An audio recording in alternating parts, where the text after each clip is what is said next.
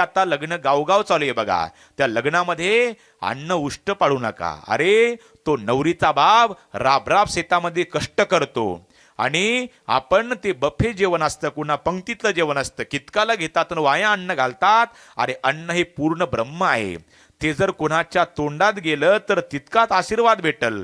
पण अन्न आता एकही शीत वाया घालू नका. नाहीतर विचार करण्यासारखी गोष्ट बाबा, तो किती राबराब कष्ट करतो आपल्या मुलीच्या लग्नाकरता आणि रिकामा आपण वाया अन्न घालतो. ते जर कोणाच्या मुखात गरीबाच्या गेलं तर ते कितीतरी दिवसाचा कायमचा आपल्याला आशीर्वाद देईल की मला पोट भरलं. म्हणून अन्न कधी वायाला घालू नका. आपली संस्कृती जपा. आणि पुढची गोष्ट, त्या लग्नामध्ये दुसरी एक पद्धत आहे बघा. आता आमच्या इकडे पद्धत आहे बघा की लग्न ज्याच्या घरी असतं त्याला ती येणारे वऱ्हाडी मंडळी साडी आणतात. तुमच्याकडे आणतात का नाही? आमच्याकडे आणतात बघा. बघा त्या रिकाम्या साड्या देण्यापेक्षा, नवरीच्या आईला वडिलांना साडी चोळीचा आहेर करण्यापेक्षा त्या नवरीच्या बापाच्या खिशामध्ये निदान 100ची तरी नोट घाला. नसल घडत तर 50ची घाला.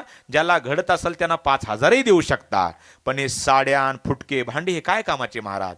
जेणेकरून ते मंडपचा खर्च देईल, त्या अन्नदानाचा खर्च भागल.